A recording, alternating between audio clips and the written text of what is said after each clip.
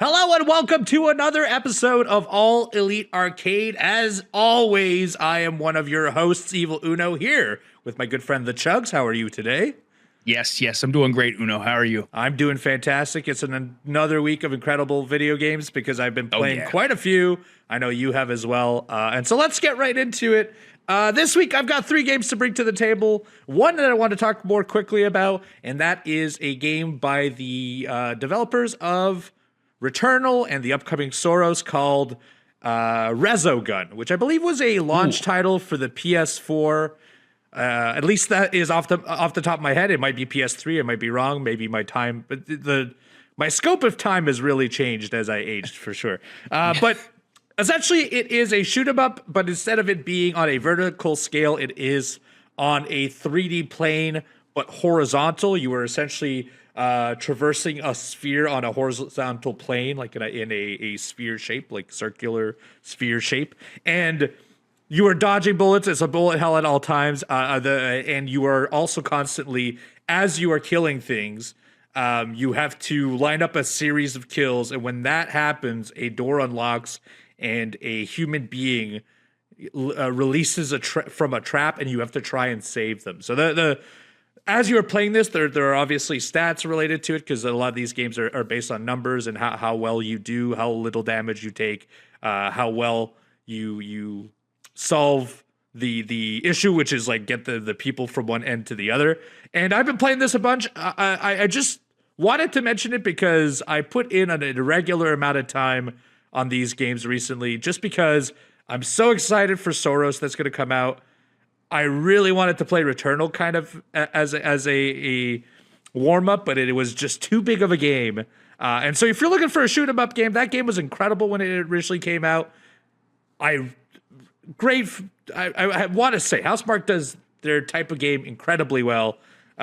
Whatever the scope, they've done it, top-down shooters. They've done this vertical shoot-'em-up like I've been playing. Returnal and Soros are third-person bullet hell games.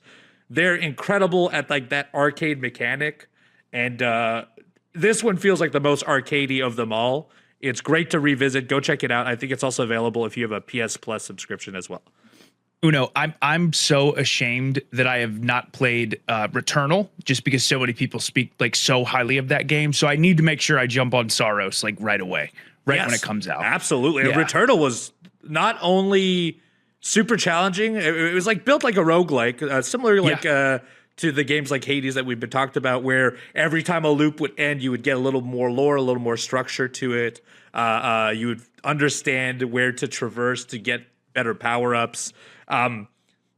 It was incredible, very difficult, but the thing that really made me want to revisit it is they added a year and a half later a co-op mode, so you could play the entirety of the story with a second you, which is your friend. If you want to go and revisit Returnal at some point, I would love to play that game in co-op. Okay. Oh, that sounds great. Other than that, I've been playing 2 other games as well. Last week I talked about a game called Cairn. Cairn. I'm sure I'm saying this improperly, but it is a rock climbing game. You're a third-person character climbing up a rock facade, an incredibly big mountain, actually, and it's kind of cel-shaded. I talked about this a little bit. I played, I believe last week I played somewhere in the 3 to 4 hours. I added another 6 to 7 hours of this week.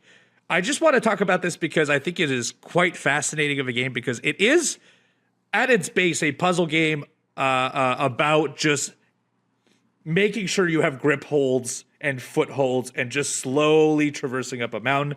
So you can look at, you have your third-person view of your character, but if you press one of the buttons, it zooms out so you have a broader look at the rock face that you're climbing up because you're trying to climb all the way up a mountain.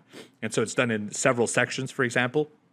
And while that's really fun, it's really challenging. I'd even say incredibly challenging. There are moments that I find myself very aggravated playing this game, but it never feels unfair. You are climbing a mountain, so of course, when something bad happens, I'm like, well, of course, I think a normal person would fall off this mountain as well. The thing that I found very, very cool about this game is that now that I've gone into it and I'm 10 hours deep, there's a really interesting dynamic to the lore to this game because You are a solo rock climber. You're on your own, and you have a little robot with you. And at first, it's kind of like joyful messages at the beginning. You're getting phone calls from friends, your agent, your book deal person.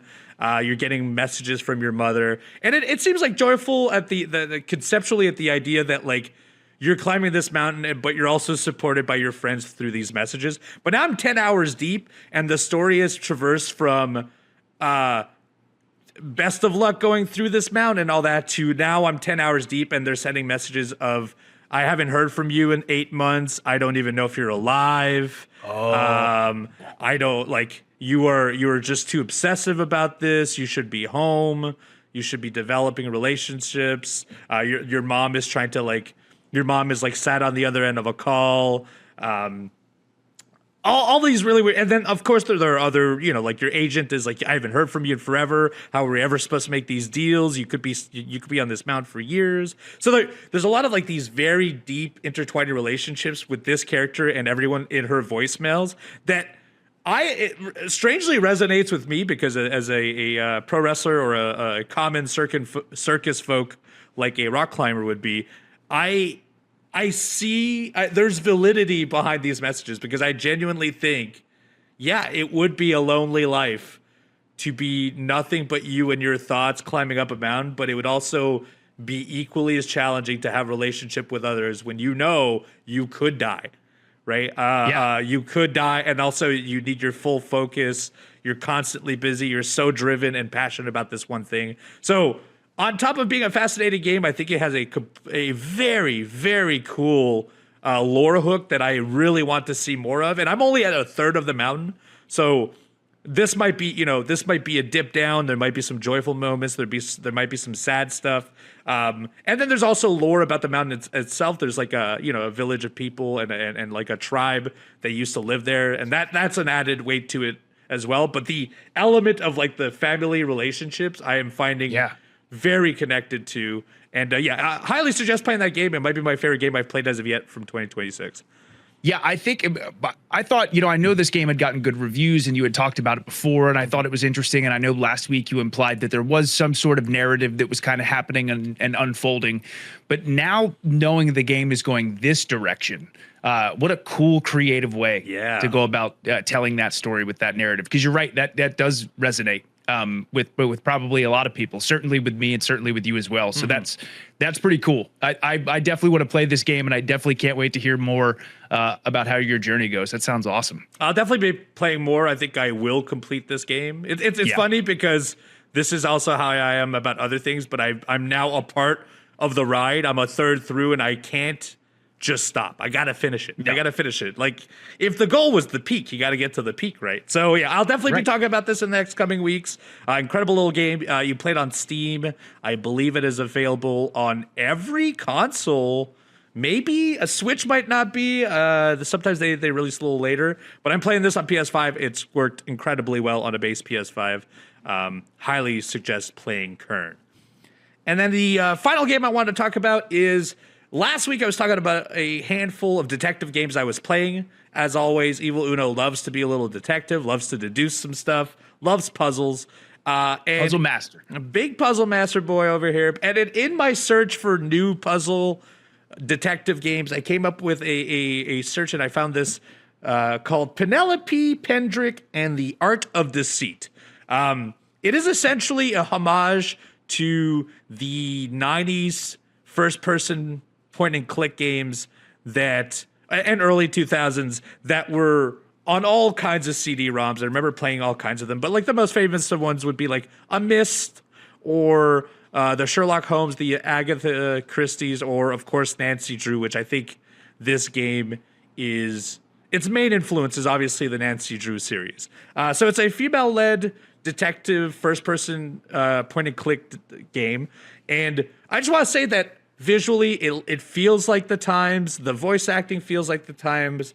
There are full 3D renders of the characters you're having interactions with. And by the way, I do enjoy actually the voice acting in it. It's been very, very good.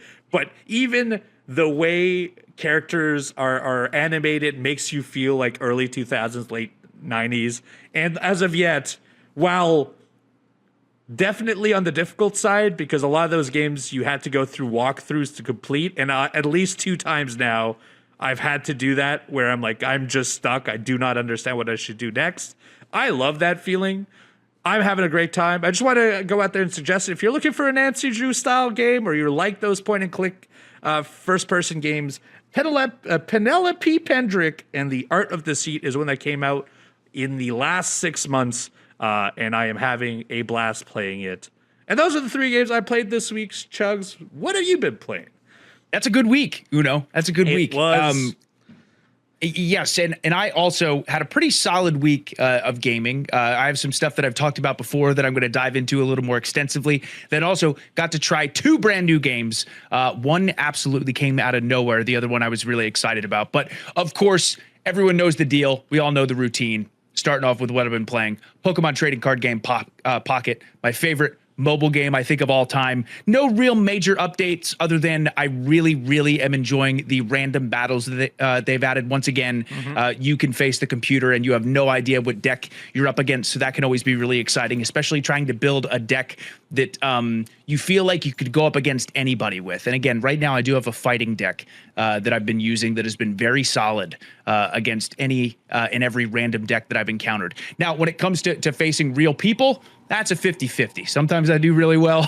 Sometimes I get my butt kicked. So I still have a lot to learn there. But main thing I wanted to talk about is card of the week. Once again, for those watching us on YouTube, I'm going to show the card that I got this week, and I was very excited about this one. This is a double star shiny Umbreon EX, baby. Ooh, very look at pretty. That thing. Just a beautiful card. Just an absolutely beautiful card. So once again, Pokemon Trading Card Game Pocket. So fun.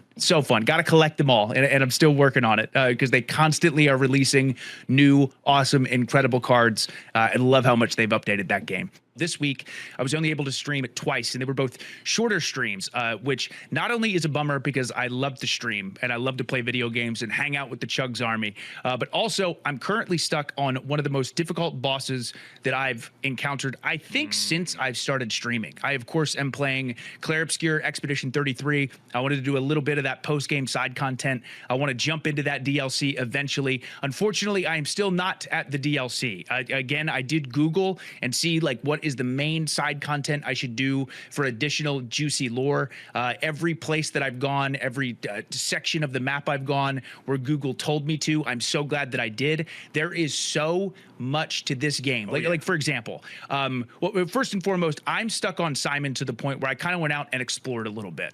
Because lots of times when you do fight field bosses, you'll end up getting an item, whether it be a weapon, more importantly, whether it be a Pictos, that can really, really help you in all these different fights with all these different setups. But I was kind of going out and exploring. I'm not even going to jump into it, but there were 2 expedition logs that I had completely missed that had so much massive juicy lore implication that I can't believe I just found it. I'm 100 hours into this game, and it was like a major story arc point where I'm like, oh my God, I can't believe so-and-so said this and so-and-so felt that way, and this is who this character was. Like, I'm so glad I haven't watched any like full-blown lore videos yet on Expedition 33. When I eventually wrap up, then I will do that, and I'm going to be so excited to see people's perspectives and thoughts on certain ideas and characters and things. But I'm still discovering so much, and again, I still have not even touched the DLC.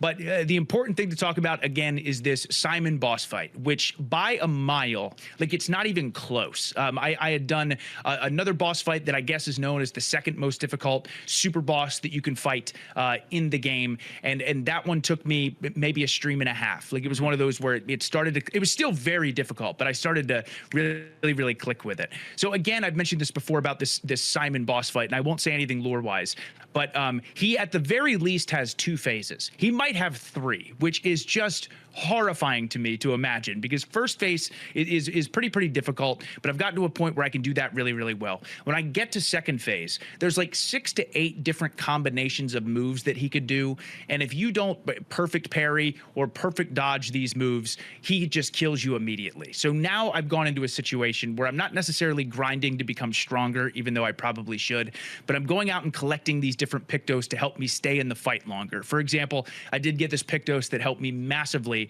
where is one time on death, you're revived to 100% health, one time per fight. So now I have double the chances to like learn these patterns and things like that. I think, and it's not an excuse, but I think it's been so hard just because I haven't been able to sink my teeth into it as much as I would like. Like I wish I could be trying this boss every day for a few hours.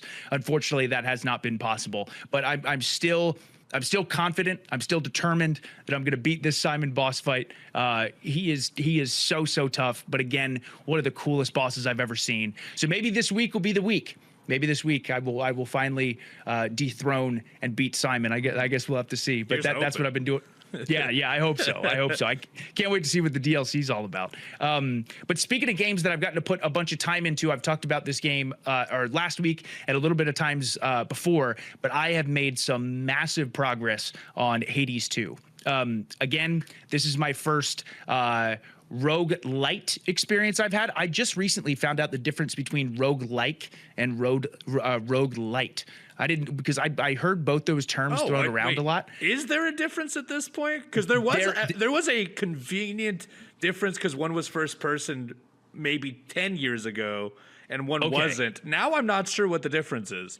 I'm not either. So according to Google, because I was so curious, I've heard some people call Hades a roguelike. I've heard some people call it a roguelite. I've called it both just because I wasn't sure. I guess a roguelike is like a dungeon crawler aspect with like less action. Yes, okay. Yes. Yeah, first person. And then a roguelite is something like Hades that's like more action focused. I guess I could be just absolutely butchering that description and maybe I'll Google it later to see. But all I do know is that according to Google, Hades is considered a roguelite, Lite.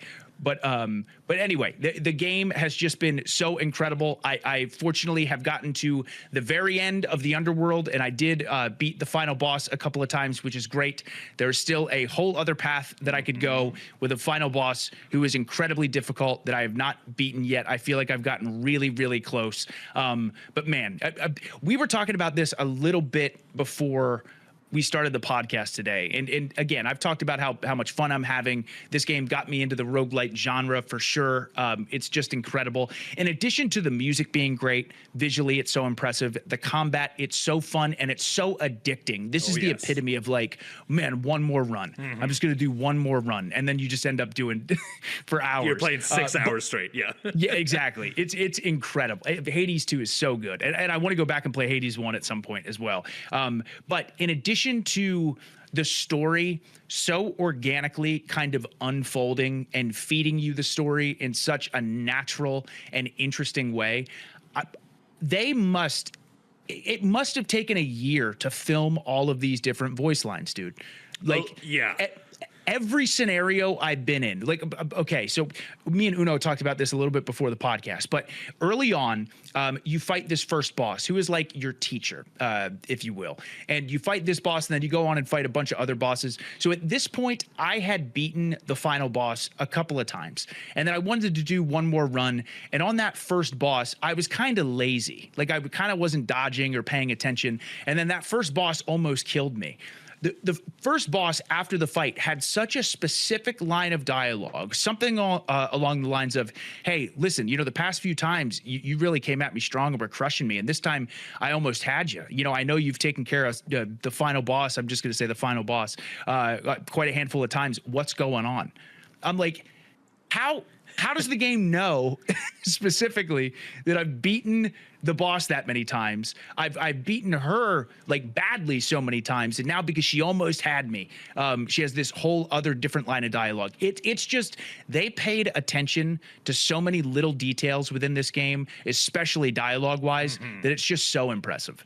It's so unbelievable. The way it's structured, and we talked about this beforehand, but we also talked about this on the podcast a little bit. But the way it's structured is when you're finished a run, every character within your home hub will essentially interact with you either based on what the next big story point is, and they're giving you that feedback, or it's a direct feedback on the loop you just had. It could be the weapon you had. It could be the recent boon you chose. It could be a recent character you interacted with. It could be if you lose to a person, everyone will know. They'll talk. Yep. They'll all have a line about each person based on like if your character loses with a specific set of weapons to a specific character, they might be like, I also lost using the twin blades against Hecate or whatever, And so it's insane. I would love. There's a game called Detroit, which is it's like that story game where you get a branching. Detroit Become Human? Yes, exactly. Where there is a branching tree where you can actually see every decision made. And I love that concept in a video game. Just I would love to know what it took to make a decision tree, right? I would love to know in this game, how do you go about programming 20 characters? What is the if this happens, these things happen. But if this happens after this happens, you can't say these lines because they can't reflect, they can only be reflected if he hasn't beaten the first boss and so on and so forth. It's crazy to think how much programming and how much work must have gone into this. Yes, it's so unbelievable. Also, because every single time I finish a run, no matter what, there's never a point where the dialogue feels out of place or lazy. Like I've played over 30 hours of Hades 2, and every single time I've talked to an NPC, it's been fresh, original, new dialogue that in some way, shape, or form moves along the story, moves along your progression as a character, how you're getting better. If you didn't do so hot on the last run, they call you out there. There's a bunch of little side stories with the characters themselves, and they tell those stories through you. It's so impressive. It's so impressive. So in addition to the game itself being so fun, again, I thought the lore was always pretty interesting from the gate, but now that I've had or formed an attachment with these characters and really am starting to understand who they are, dude, unbelievable storytelling. Oh, yes. Hades 2 is incredible. And I know a lot of people already know that, but I'm just so glad that I finally jumped on the train because Hades 2 is awesome. But I do have two more, and I'll be quick, two more games to talk about this week that I did play.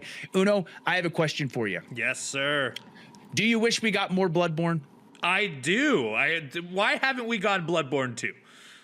You know what? I don't know. But we do not have Bloodborne 2. We do not have Bloodborne with 60 frames per second, but we do have some version in some ways of Bloodborne, almost with a Game Boy Color graphic set, which is really cool. Because there was this game that came out of nowhere on Steam that I got on my Steam Deck OLED, and it's not actually Bloodborne 2, but man, it feels like it.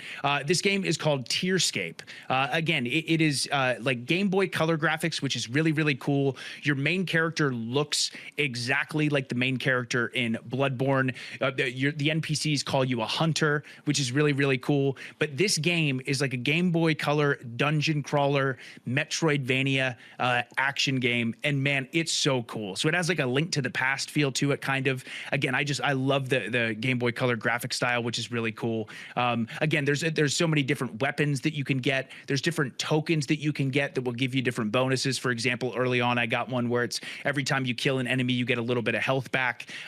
You rest at these statues where you can level up and things like that. And once again, you can get different weapons and fight different bosses. There are NPCs you can talk to where you can do side quests. I'm only a couple hours into this game, but Tearscape just scratches that itch for me as far as a super fun game that I'm really enjoying. A very fun dungeon crawler / Metroidvania game that is very inspired by Bloodborne. I think right now it's less than $15 on Steam, which is really cool. But man, Tearscape, definitely go out of your way to check it out. It's awesome. It's awesome. And I had not even heard about it until the day it came out. And I'm so glad I picked it up. I'm definitely going to be playing more of that.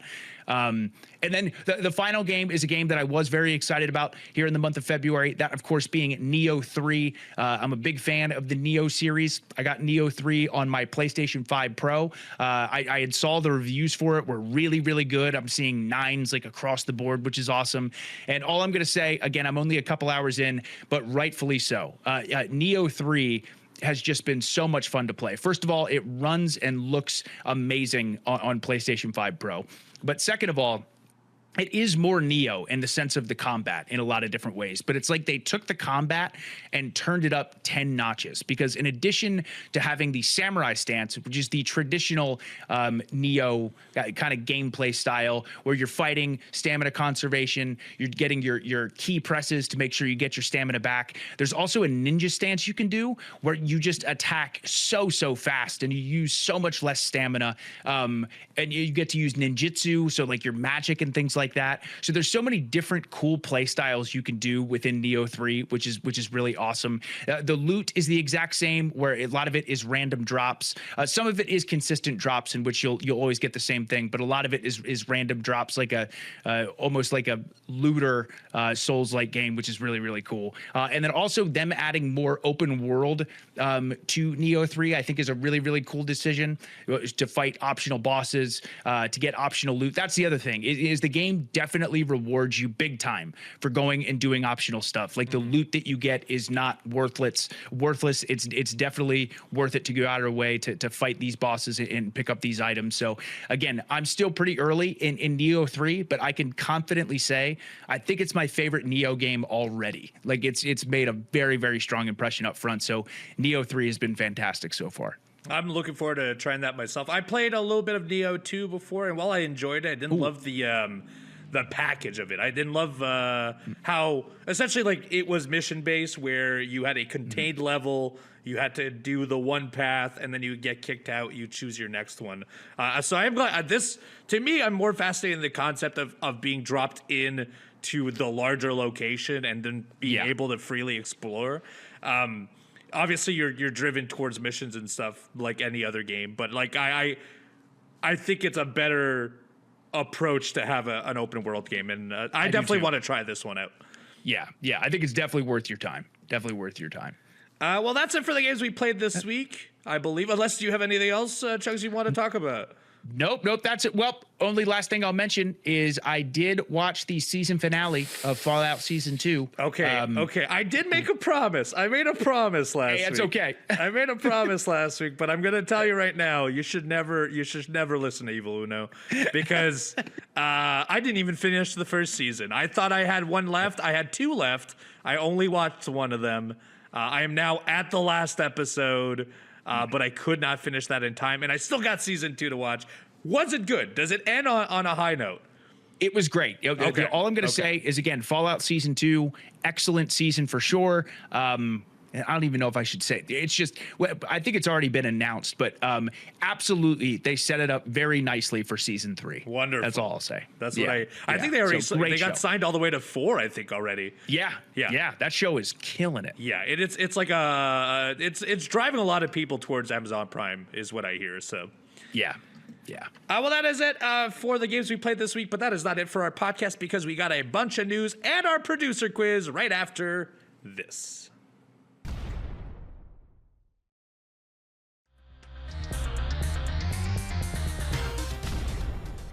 Welcome back to episode 96. My goodness, episode 96 of the All Elite Arcade podcast with myself and with Evil Uno. Before we jump into the news, we of course have our producer quiz. Once again, our producers have been kind enough to send me and Uno 3 questions. We will both give our answers, and then at the very end of today's podcast, we will find out who was right and who was wrong. I believe the score is 3 points Evil Uno, 2 points for Chugs.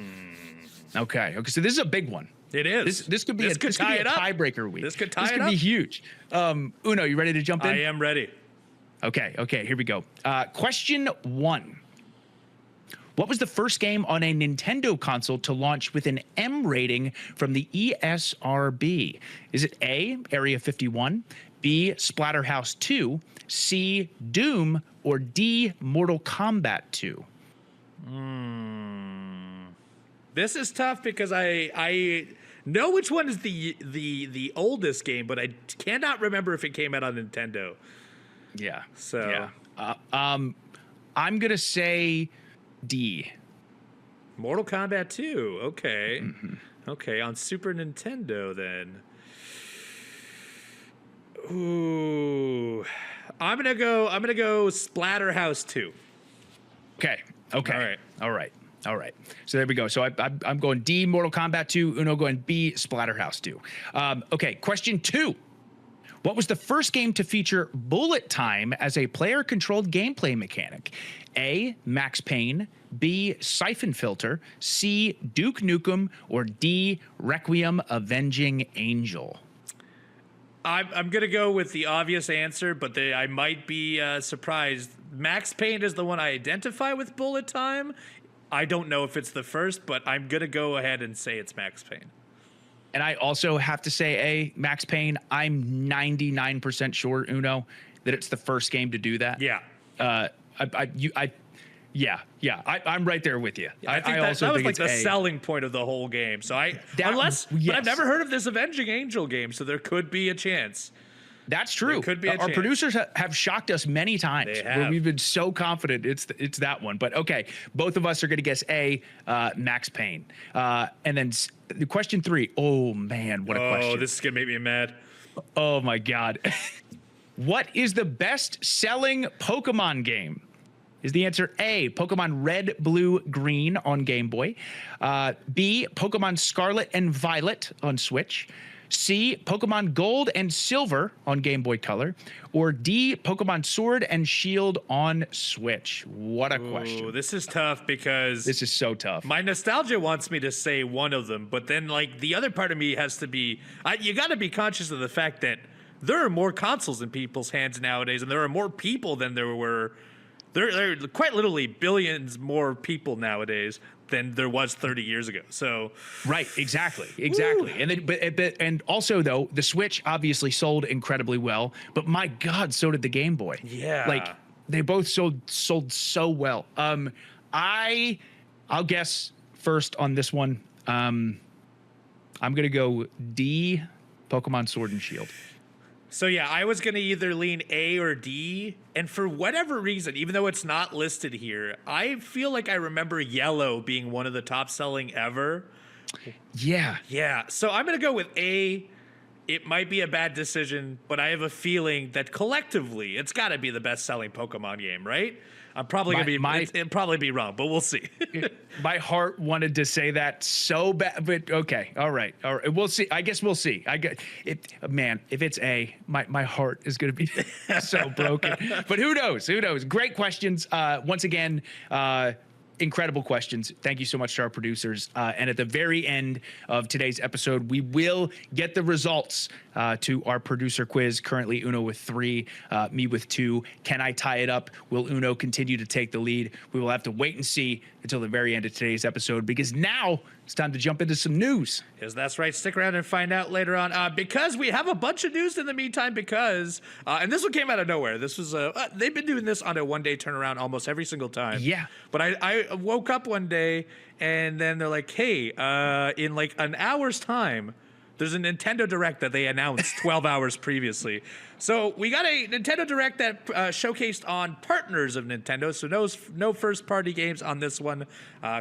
Came out in February of 2026. I'm going to go through most of these titles. We'll go through some of them quickly, but I'll hit the heavy hitters for sure. First off, they showed a game called Orbitals, which was a co-op sci-fi adventure game that is anime aesthetics. It looks... You know, we had that Split Fiction game that came out recently that had split screen, co-op, action base, and puzzler. This looks very similar in that sense. Yeah. But it has a kind of like 90s anime aesthetic to it. Looks very cool. Will be coming out in summer 2026. Yeah, very cool. Next, this one's for me and maybe like 6 other people in the world, but they made a sequel to a game called Paranorma Sight. Paranorma Sight dropped in 2023. It was the 7 Mysteries of Hanjo. Little did we know they were planning to make this a series, because they just announced a sequel that is coming out February 19th. Very exciting for me. That means I get to play a new game this month. Well, I was already going to, but there are more new games for me to play. This one is called Paranorma Sight: The Mermaid's Curse. It's a narrative detective game. The interesting thing about the first game was that it's a paranormal game. In the first game, to solve the riddles, I'll give you one example. One person you interacted with had a curse that if you heard their voice, your character would die.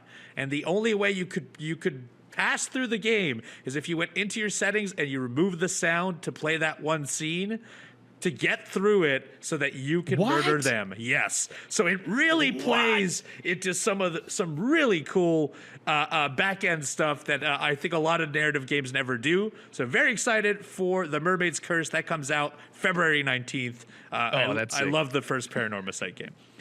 That's awesome. After that, we got a handful of soccer games, including Captain Tsubasa 2, World Fighters. Captain Tsubasa is a anime about soccer. This one actually looks pretty fascinating. It will come out in 2026. They did not say a specific date, but of the two they showed, this would be the soccer game I play. But they showed a second one as well called eFootball Kickoff that will be available this summer. Not an anime, kind of more of a straightforward soccer game coming later this year. They showed Tokyo Scramble, which will be out on the 11th on Switch 2. That is a odd game where you fall into the underworld of the earth, and there are dinosaurs everywhere. You have no weapons, and so it's kind of like a survival horror game where you cannot fight back. It's very stealth driven. Looks very interesting. Comes out February 11th on Switch 2. Valheim, the big hit from from Steam, is now coming to Switch 2. Up to 10 players online together. I've never played Valheim, but it is one of those games that a lot of people will try to suggest to me. That will come out in 2026. Very exciting for the people who are into that. This one's for you, Chugs. Oh, Hollow Knight, Nintendo Switch 2 edition. Let's go. That's right. Hollow Knight is getting a Nintendo Switch 2 edition. If you have Hollow Knight on Nintendo Switch 1, it is a free upgrade. Essentially, they upgraded aesthetics and visuals, so I believe they added more lighting so that it looks similar to the newer game, at least from what I've seen of the image they've shown.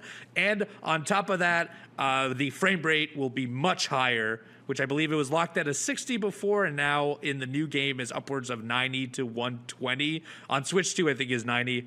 Other places it can go higher. Very exciting. I think they didn't need to do this, but I think it is cool that they did it. Yeah, and the fact that it's free too, just very nice. Yes. Very, very nice. Square Enix unveiled a game called The Adventure of Elliot, The Millennium Tales. This was teased before, but this is by the people that made Octopath Traveler. It's one of those 2D, 3D RPGs. In this RPG, what they showed is that you're going to be traveling through 4 different eras of the same city. So different ages. I don't know if it's a time travel story or if it's just going to jump you around, but it has a bunch of spell magic stuff built in it, and it will be released on June 18th. Of course, the selling point is the aesthetic. I love the aesthetic of Octopath Traveler.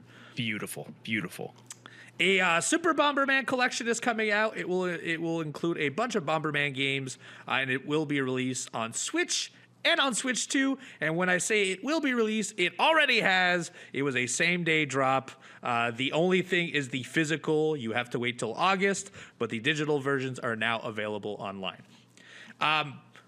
There was a big portion dedicated to Final Fantasy VII Rebirth. Oh, yeah. Finally, the second part of the Final Fantasy VII remakes is coming to the Switch, and it will be there on June 3rd. They showed footage. It looks great. And also probably means the next one will come out on Switch 2 eventually, because it does look like they figured out how to run those games on there. Very exciting. If you haven't played Rebirth, this is a good place to do it. Yeah, I just wanted to say a couple things because part of why this got me so excited is also on Twitter or X, the director of the FF7 remake project, in addition to them announcing this, also said they have a lot more to share. Again, just pretty much confirms we're going to get some info on part 3, which is very exciting. But secondly, this being released on June 3rd was a shock. I figured the game was going to come to Switch 2, but not this soon. And the fact that they were able to squeeze FF7 Rebirth onto Switch 2 and it to look as good and run as well as it does is just so impressive. It's so impressive. So again, yeah, if you have not played FF7 Rebirth and you're a big Switch or Nintendo fan, please play it. It's one of the best RPGs ever. It's so good. Yeah, and honestly, it'll be great on a handheld because that is a meaty game to play. Oh yeah. I suggest honestly, if you haven't played it, I played it on a PlayStation and I thought that was a mistake because I wish I could have brought it everywhere. This is a good place for it. Capcom came swinging because they announced Pragmata will be coming on Nintendo Switch 2, and it's coming out the same day it releases on the 24th of April. They also dropped a demo to play on Switch 2. Pragmata is the third-person sci-fi action game where it is a shooting game, but also it is a hacking game simultaneously. So you are hacking your characters with like the D-pad, where you're doing little like orientation style puzzle games while you're actively controlling your third person character and shooting. It looks really cool, and I would love to see what the story is about this game. Very cool that's coming out in April. Yeah, Pragmata's gonna rule. I'm calling it. And of course, because Capcom showed this, they also showed Resident Evil Requiem is coming out. That is, of course, a big heavy hitter. It is coming out same day on Switch 2. They showed us a brand new trailer for it. Also the same day, which is February 27th, only a few weeks away, they are also dropping the Resident Evil Biohazard Gold Edition and Resident Evil Village on Switch 2. All playable the same day. You can get crazy on the Resident Evil. Plus, they also said later this summer, they have 2 amiibos of both Grace and Leon. So if you're into that, those will unlock weapon skins in the video game. There's a bunch of other games announced, and I'm going to try and run through most of them. But the most important of them, I think, is Turok Origins. Yes. We're getting a Turok game. It looks like it's multiplayer online as well, so it looks like you could co-op it. It's called Turok Origins. It will come out on Switch 2 in autumn. It does look, you know what? It does look pretty good. It looks pretty darn good. Do check out the trailer. I identify Turok as a Nintendo game because of the N64, but it's never a franchise I would ever think would come back. So very excited to see it. Same. Yeah, this was awesome. I was definitely excited to hear this. Now I'm going to list off some quick ones before we get to the final piece. But they announced a Japanese game called Kyoto Xanadu, which is I believe, third-person action game similar to like a Code Vein 2, similar-ish. That'll be coming out in summer. Digimon Story Time Stranger. That is the Digimon game that just recently came out on other consoles that is getting great reviews. I have not played it. That is finally coming to Switch and Switch 2, both of them on the 10th of July. There's a new Grand Blue Fantasy that is coming out on July 9th. I know very little about it, but I know a lot of people will be crazy to hear that. As well, Monster Hunter Stories is getting a new version, Monster Hunter Stories 3 Twisted Reflection. It's a cel-shaded version and a side story to the Monster Hunter Stories. That is releasing on the 13th of March, and there is a demo right now. If you play the demo, you're capable of taking your save and uploading it to the game when it comes out, which Love that. I love that as well. Yeah. They added some stuff to the Arcade Archives, which is a video game that it's kind of like the Nintendo. What do you like? The Nintendo Online. Nintendo Switch Online? Yes, exactly. It's similar to that, but it's like a different product that you purchase. So they added Rave Racer. They're also adding Sonic Wing Specials, Doraemon, Cool Borders, and Ninja Gaiden 2 are the big 2 ones that were released that day. And then they showed a bunch of stuff, including Scott Pilgrim EX. That's the hack and slash Scott Pilgrim game, the newest one that comes out the 3rd of March. Another Eden Begins. Reanimal, which we talked about, is coming out next week, by the way. Very exciting. Can't wait for that. Star Trek Voyager. That is a new Star Trek game that is a management game that is coming out February 18th. Disney Dreamlight Valley is getting a Nintendo Switch 2 upgrade. PGA Tour 2K25 is coming on the 6th of February. Goat Simulator 3 Cult Step is getting an update. Shadow Tactics is getting a new one. Tales of Arise, all kinds of stuff. But the heavy hitter at the very end, or at least the one they decided on, is Bethesda came swinging, and they're dropping a bunch of their video games on Switch 2, a thing that's never happened before. Finally, you play Fallout 4, the Anniversary Edition. That includes all the DLCs as well as some extra fan-made content that they acquired and put in the Anniversary Edition. That comes out February 24th. Do not have to wait very long. If you haven't played Fallout 4, a great way of doing it.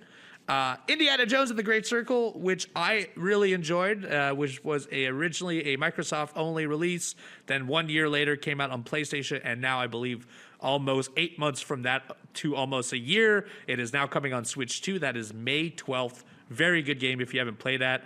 One of my favorite games of 2024. And the final announcement was that Oblivion Remastered will also be coming to Switch 2. No exact date quite yet announced, but it will be out in 2026, which to me, I think brings the broader question too. I think Bethesda is going to start thinking of Nintendo when they start dropping these games. Yes, I completely agree with you.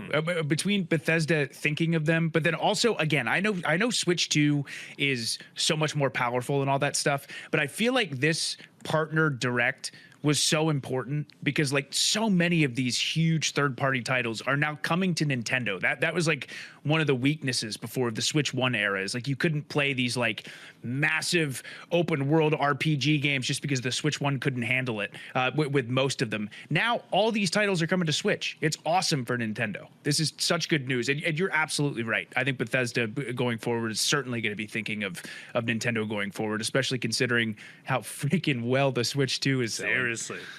Yeah, if they're optimizing all their games for release, that means they're probably going to optimize their engine for further games as well. So a great sign, but typically Nintendo wouldn't get these big graphical heavy games, but now we're in an era of Nintendo where they could finally do it, and they figured it out. So very exciting stuff. That was your Nintendo Direct news. If you have any of those games that you're really fascinated and are super motivated to get, and let us know, youtube.com/AEW Games, in the comment down below what you were most excited for. Next piece of news. This one's an odd one. Sony,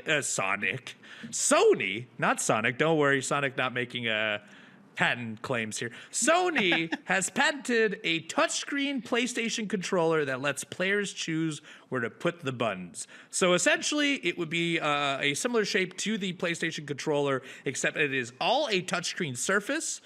You would be able to program exactly where you want the D-pads, the X, circle, the cross, circle, square, triangle buttons, the L1, R2s, so on and so forth. And so it is a completely touchscreen PlayStation controller that you can fix around. I have no interest in this personally, but sure. They do say it is, some people would be, and also it is for accessibility means. Yep. There are some people who, we do not have all the same hands. Some people don't have hands either. So like this will really, I think will help a lot of people play video games.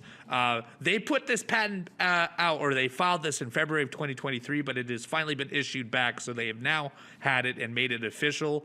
Assuming this will be something that comes out PS6, I would think at this point, because I assume there's probably a lot of work still left in this. Right. But fascinating to know that is the future of what they're looking at. Yeah, it's cool that there's more and more ways for people to play games. So again, I'm right there with you.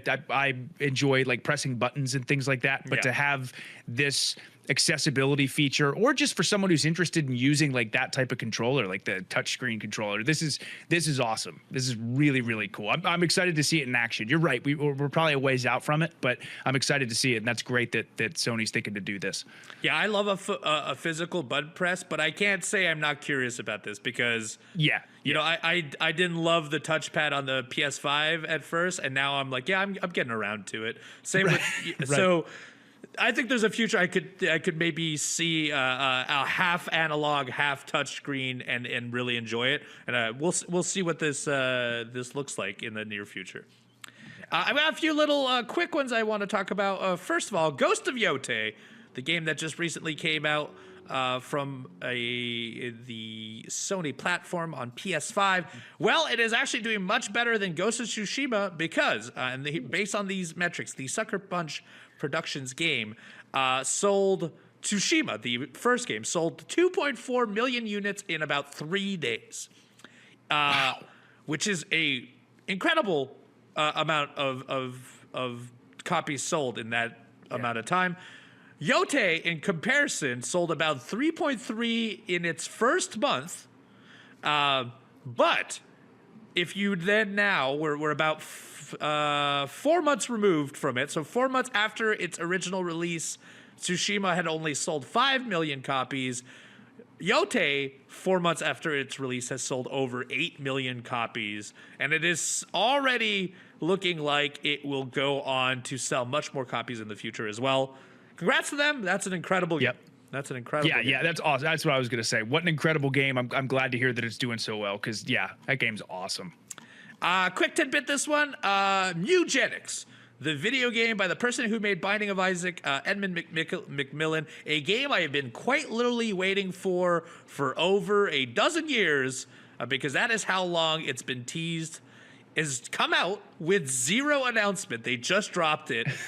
I haven't played this. It makes me mad. I can't report to you about it today, but I will report about it next week. It's getting insane reviews. If you don't know anything about Edmund McMillan, he made one of the most addictive roguelike games, or roguelite, whichever you want to call it, called Binding of Isaac, that easily has thousands of hours of content in it. This is supposed to be the same thing, but for tactic games, which I'm a big fan of, and also creature collecting games. It's kind of an amalgamation of both. So very exciting for that game.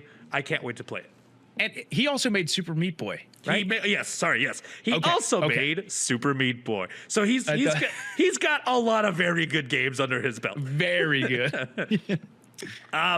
Next up, we had talked about the Steam Machine back in November. They announced they would be working on it. And a lot of people are saying, well, when are we going to hear about it? Well, Valve has come out and confirmed that the price for the Steam Machine, as well as the release details, were meant to be out, but have been delayed because the cost of components have skyrocketed.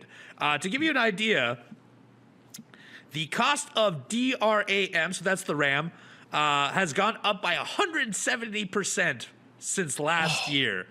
Part of that is that, those parts are manufactured in Asia. They then have to be shipped over to other places to be, put up together. And of course, there's all kinds of other things that affect it. But the compounding effect of all these little parts costing more is making it that the Steam Machine will cost even more so. So I think they are holding back to see where everything is going to be before because you don't want to say, hey, this thing is $1,600. At that point, you're not going to sell anything. So I'm assuming they're holding back in the time being to either the market helps out or they figure out a cheaper component to put into this thing. But that is why it's been delayed as of yet. And Uno, also, I swear we've talked about this before on the podcast, but Valve has such goodwill with its consumer base that the fact that they're waiting just to see, like, people will patiently wait, and we know that Valve is going to do the absolute best they can to give us the best product for as reasonable a price as they can. So, yeah, I'm very excited to see where this all lands, but Valve rules. That's just a random side note. Valve rules, dude. We're gonna say it right now. These two boys over here, day one buys for us for sure. Day one, baby. I cannot wait. Right. I cannot wait. I might throw away every other thing I own if it delivers what I have expectation wise. But there you go. That is for Valve. And then our final story this week is something that both me and Chugs aren't super knowledgeable about, but I will say enough of my friends are mad about that I think I have to talk about it.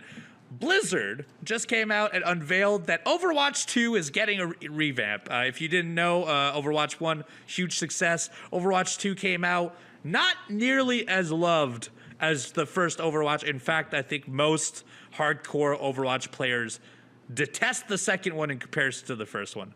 Well, Blizzard has now announced that Overwatch 2 is being renamed and is now called Overwatch. And they have announced an ambitious expansion plan that will get 10 new heroes in 2026 alone. So, first of all, the game will revolve around 3 annual expansions.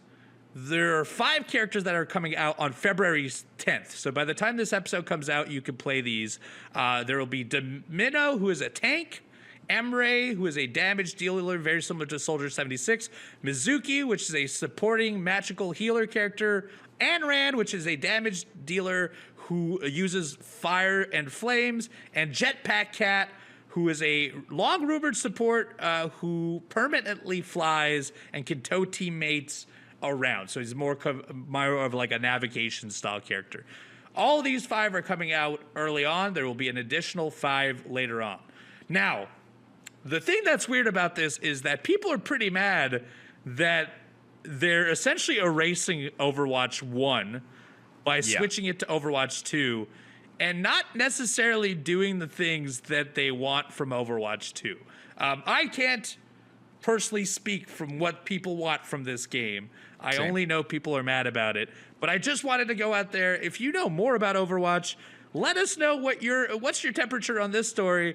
I would love to know the details. Go to youtube.com/AWGames. Let us know down below. We're not MOBA players, but I do I love, a little bit of that drama when it doesn't involve me. I'm kind of interested. I'm a little bit of a freak like that. So do let us know down below. I would love to know more about it. But that is our final piece for today. But not our final part of the podcast, because right after our break, we will come back with our favorite segment of the show. That's right, the arcade mailbag, as well as the answers to our productions quiz. Comes to you right after this.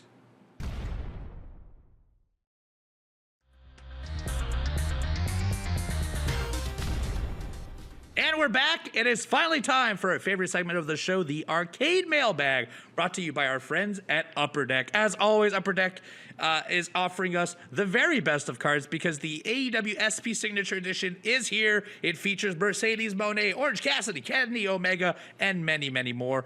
Packed with rare hits, stunning parallels, and collector heat, this set delivers the energy of the ring straight to your hands. It is available now at your local hobby shop. We actually have one in hand right now. Chugs, yes, we do. What did we get in this SP Signature Edition pack? Here we go.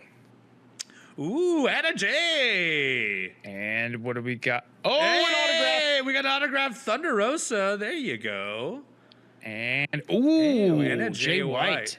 Very slick looking cards, these cards. And of course, every single SP Signature Edition does have a signature. And you can get more than one because our previous pack, we unpacked 2 in a single pack. They are available now at your local hobby shop. Check the link in our show notes to find one near you, and don't miss the poll of the year. We have a handful of questions on the Arcade Mailbag. If you want your question answered, go to tbs.com/arcade mailbag. Who do we have today? Yes, we have 2 great questions today, starting off first and foremost with Noah. Noah, thank you for the question. Noah says, hello, Uno and Chugs. I recently started a new job where I can listen to podcasts, and I've been catching up on the podcasts. I wanted to say I really appreciate what y'all do. Well, I really appreciate you listening, Noah. Thank you. Recently, at the recommendation of a friend, I started Kingdom Come Deliverance 2. Nice. The first 8 or so hours of that game were brutal to me. Losing battles to a single bandit, almost dying from food poisoning, and struggling to get any progress done. I was close to quitting a few times and felt the hype for the game might have been overblown. I kept going through things, and then they began to click. I'm now loving the combat and story, and I'm so glad I stuck with it. Can you 2 think of any games where you had to stick out a rough beginning to really get interested in a game? Thank you, Noah. Noah, that is such a good question. Oh, yes. Such a good question. Uno, what are you thinking? Oh, I definitely have a game, and I have one. I may have talked about this before, but I actually didn't like the Dark Souls games when they initially came out. I had a little bit of Dark Souls 1 and a little bit of Dark Souls 2 in my hands previously, and I had no interest in playing them. After an hour of time, I'm like, this is not for me. I don't like them. But Bloodborne came out, and for whatever reason, aesthetically, it really spoke to me in a way that none of the other games did, and I really, really wanted to learn how to play it. And boy, did I learn, because it took me 10 hours to complete the very first boss. And just so you're aware, you can get to this boss within 10 minutes of starting the video game. It is really not difficult to get to him. The hard part for me was to defeat it. And for 10 hours, I just couldn't get it. I did not understand how the game worked. And then in one fight, in one exact moment, and I think this is a thing that happens in most From Software games with me as well, it just clicked. I understood that. I was like, I have to be aggressive, but I also cannot spam my attacks. I need to step out. I have to parry. I have to dodge. And it finally, the entire spectrum of these third-person action games that are built on Dark Souls opened up to me, because I instantly understood that I wasn't playing this game the proper way. I was not patient enough in my approach. And to this date, Bloodborne's still one of my favorite games, and it's opened me up to playing all of the games. We talked about how much we love Elden Ring, and I don't think I would have ever given that a shot if I hadn't earnestly tried to beat that first boss of Bloodborne. And I'm so thankful I did, because to this day, we're still talking about Bloodborne 2. I cannot wait. But yes, of course, there are games that I spent 10 hours begrudgingly, and then eventually came to a realization that they are an incredible game. And Uno, just a side note, in your defense as well, but you saying that made me think of this, is like, I think anybody's first experience with a Souls-like game is so punishing, because there's nothing like it. There really is nothing. Like when I first played Dark Souls 3, I had never played anything even remotely similar to this game. Now I think we can dive in, and of course we're still gonna have challenging moments, but we kind of get the gist of it and the understanding, like you said, with being patient, watching your stamina, dodging and stuff. But the first time you play a game like that and you have no idea what you're doing, you just get demolished over and over again. So I totally understand what you're saying there, for sure. No, I think I have two answers. Number one, for me, one of my favorite games of all time is The Witcher 3 Wild Hunt. I had been recommended this game for quite some time, and I remember the first time I had played it, it just wasn't clicking with me. Like it had not pulled me in. I didn't really know what to do. I didn't have a ton of experience with open world games as well. I saw that I could collect a bunch of different things, and there were a bunch of documents that I could read. It just wasn't clicking with me. And then it was like somewhere right outside of White Orchard, which is like the starting area. It was like all of a sudden I'm like, oh my God, this is one of the best games I ever played. The combat started to come together. I started to be more open to the open world exploration and going out and doing side quests and just falling in love with the journey of The Witcher, and not feeling like there always needed to be an exact mission or an exact goal of where I wanted to go. And now, again, to me, it will go down as one of, if not the greatest video game I've ever played. So The Witcher 3 initially for me was a little tricky to get into. And again, now it's one of my favorite games ever. And number two, just because it's appropriate to what I've been talking about today. But seriously, Hades 2 was a game that, again, in the beginning when I had played it, I had enjoyed it. But man, I was just getting absolutely, Uno, I talked to you about it off the podcast. Oh, yes. I was like, I can't even beat the first boss, or I can't get past the second boss. I was just dying over and over and over again. And I would go back and I'd get some more lore, which was really cool, but I wasn't really getting better. Then it was like my 25th run. It was like something within that game it just really, really clicked with me, and I started to understand more of what boons I wanted to use, and how important dodging was, and which Arcana cards I was going to use, and like Hades 2 is so addicting and it's so incredible, but very much so, Noah, in the beginning, I was struggling and I thought maybe Hades isn't for me. And now I'm so glad that I did, because that game has gotten me into an entire genre that I can't wait to experience more of. So yeah, The Witcher 3 and Hades 2 are two big ones for me that in the beginning were a little bit of a struggle, and now they're just two absolutely incredible games. And Noah, thank you for that incredible question. Last but not least, Corey, thank you for the question. Corey says, love the show. I credit you two for reigniting my love of gaming. Whoa, well, thank you. Dang, that's awesome. A big one. That's a big one. Yeah. That is a big one. Thanks, Corey. I look forward to the podcast every week, but once a week isn't enough for game talk. Corey, I agree. It's not enough. You got to be having some sort of game talk every day. If it were up to me and Uno, we'd do this. We do this show every day.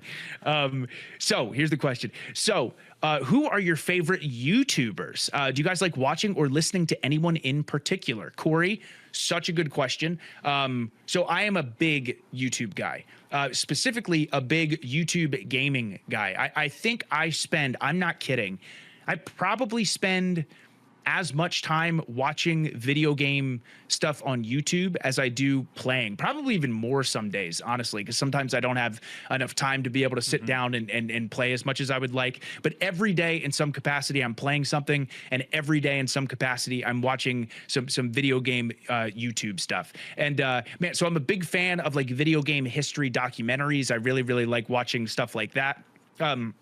I love watching essays on games that I have already played to hear different people's perspectives. But as far as like people that I really enjoy watching, number one, my good friend Grand Pooh Bear, who is an amazing, amazing content creator, known for doing a lot of incredible Super Mario World ROM hacks, Mario Maker. At one point had the world record for Super Mario Bros. 3. He's an awesome, awesome creator who also plays a bunch of different cool retro stuff as well. Speaking of Mario, there's this guy Ryukar, who's a really, really amazing Mario Maker YouTuber who's really fun to watch. There's another one, Mythimoo is his name, who does a ton of like Souls-like content on YouTube. He's really, really fun to watch. He's currently going through and playing this incredible Elden Ring mod where someone has added like all the bosses from Dark Souls and all the bosses from Bloodborne and all the bosses from Sekiro. It's like this incredible mod that I had never heard of. So getting to see him play that is cool. That's one of the other reasons I really love watching video game content on YouTube is there's so much stuff that I learn about. There's so many games that I discover that I've never heard of before because of these different YouTubers. So yeah, there's quite a bit. Honestly, I could spend the entire podcast listing people that I enjoy watching, honestly. There's many, many more, but those are the ones that popped into my head right away. Me off the top of my head. So I actually don't watch nearly as much gaming content as I would watch other stuff on YouTube, but there is some gaming stuff. I will start with the other stuff. Obviously, I think Botchamania is a thing that everyone in our industry is watching to some extent, and I have been a fan since the very first iteration of it. I will catch up to a Botchamania. You know, I don't watch it religiously, but you know, once a month I will try to binge watch 1 or 2 episodes and catch up if I can. I'm a big sumo fan, and a lot of what got me into sumo is these 2 channels. There is NHK Japan, which is a news site. During the big Basho sumo tournaments, they drop all of the highlights. So a tournament lasts 15 days. If you want to watch a tournament, the best way to do it is go watch the highlight reel. It condenses just to the fights. The fights only last less than a minute typically, so it's a 25-minute video. You watch all of the upper division that way.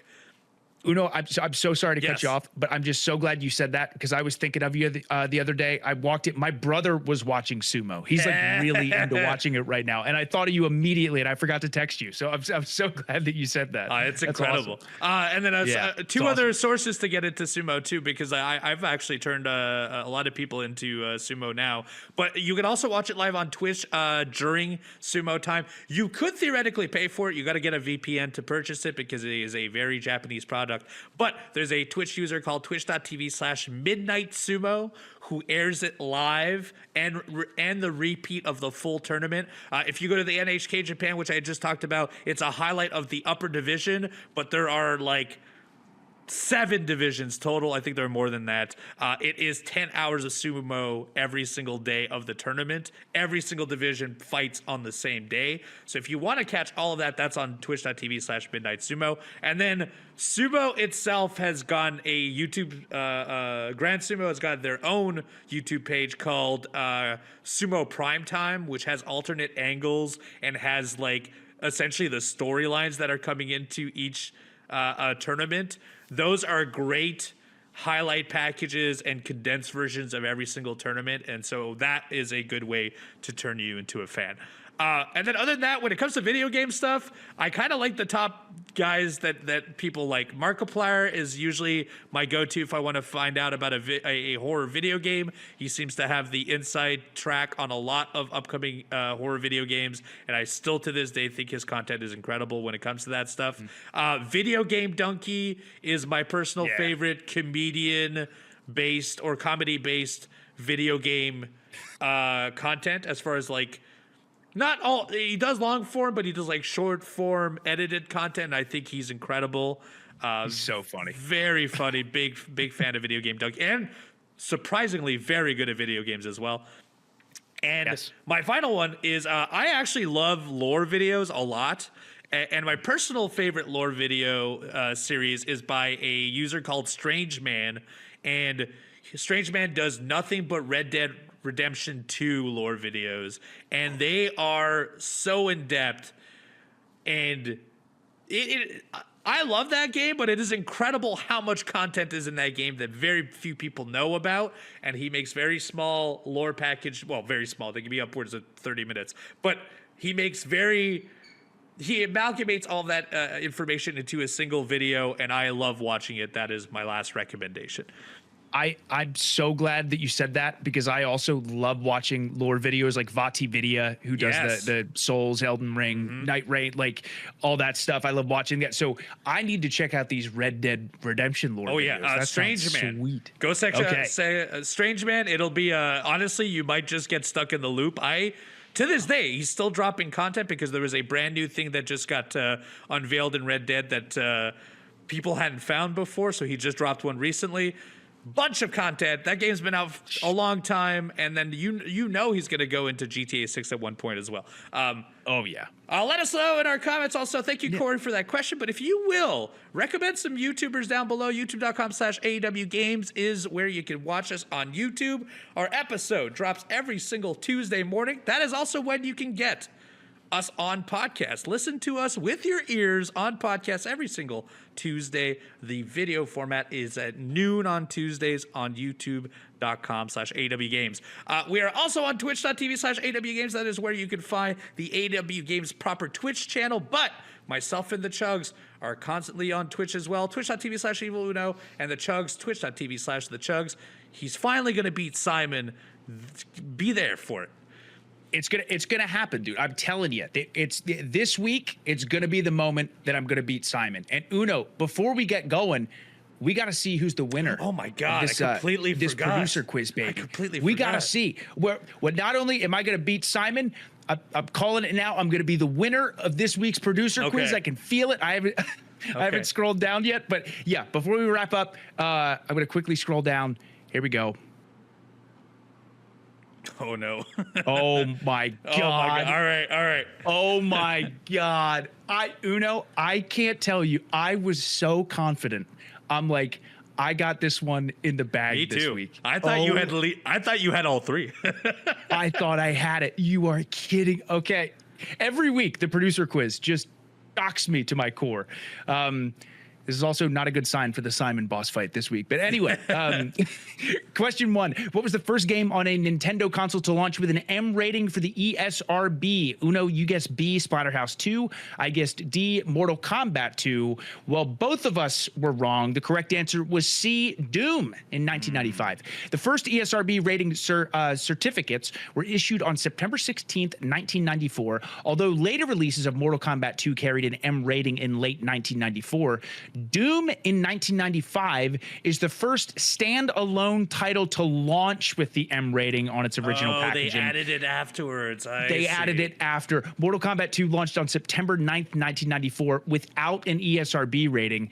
Area 51 has never been released on a Nintendo console. Splatterhouse 2 didn't release on a Nintendo console until 2008 on Wii Virtual Console. So, okay, so why I was so confident it was Mortal Kombat 2 was that whole, like, public hearing at the Senate about, like, video games not video, like, oh my God, what was the other? It was Mortal Kombat was a big one. Postal was another one on this. Postal, but there was another one. It was a Sega CD game where it was like these robbers were like breaking into this house. Oh my God, it's something house, I think. I don't know why I'm thinking it's called Trap House. I think that's what it was called.